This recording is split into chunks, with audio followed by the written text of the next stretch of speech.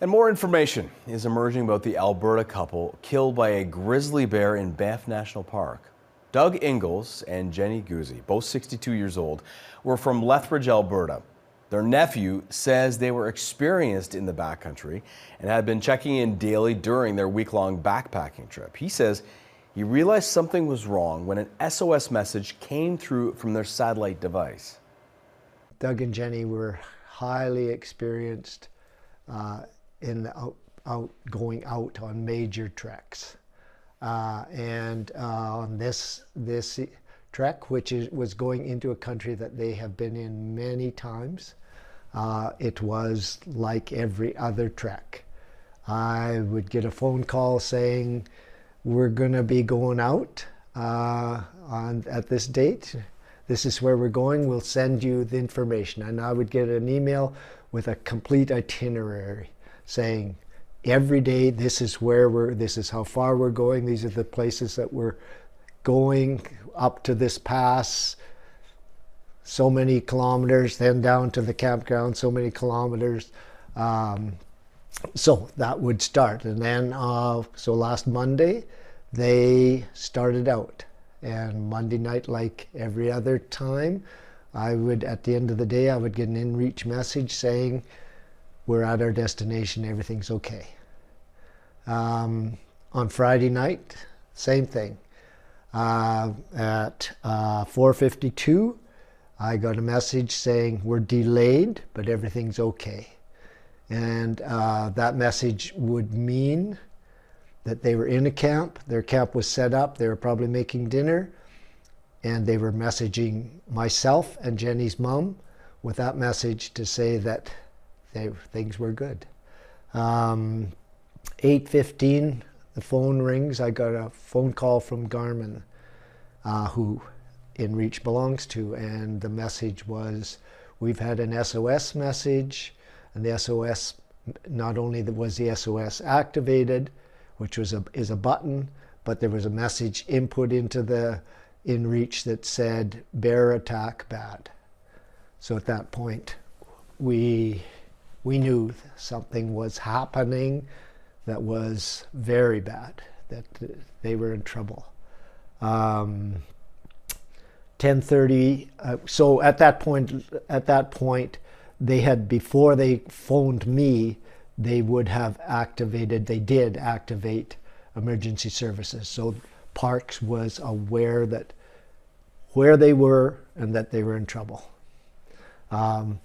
10:31, again, I get a phone call from Garmin, and Garmin at that point said, a team has been, a helicopter can't go there because of the weather. A team has been sent.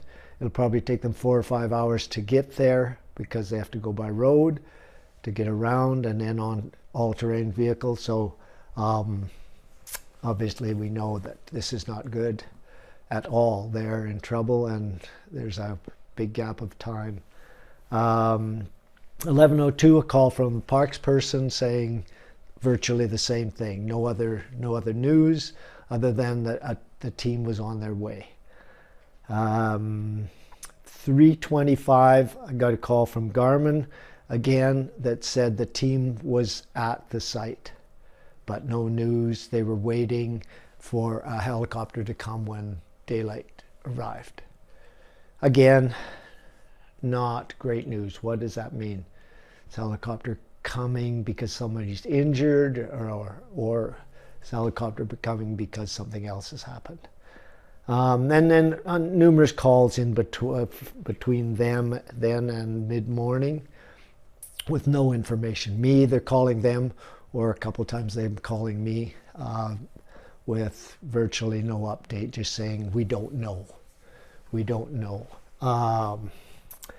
But in reality, at 1:30, the team had arrived at the park, because you have to go in a ways to get to the park boundary. The team had arrived at the park.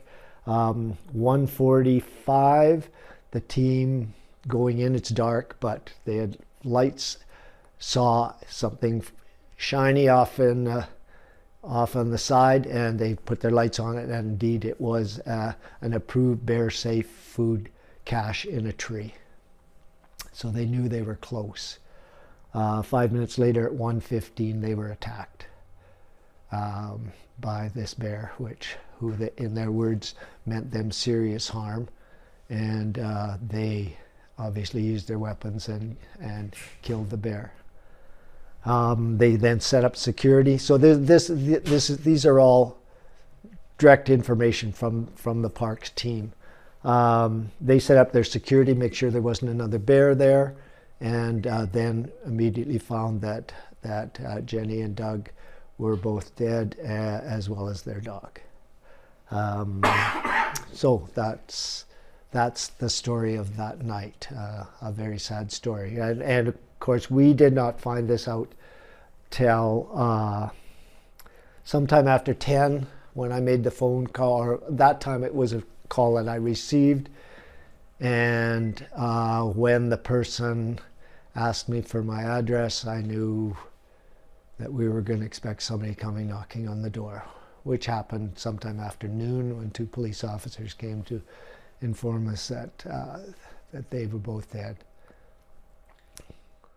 It appears this would be their routine. And I mean a routine repeated many times over.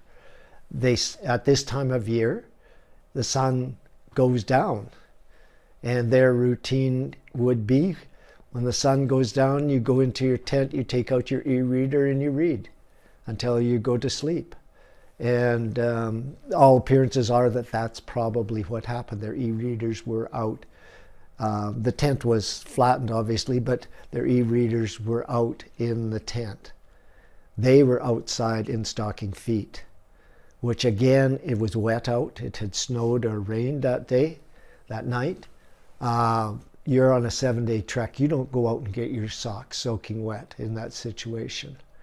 Your boots are right there in the vestibule to be put on. So you know that tells you that there was something going on that was very unusual.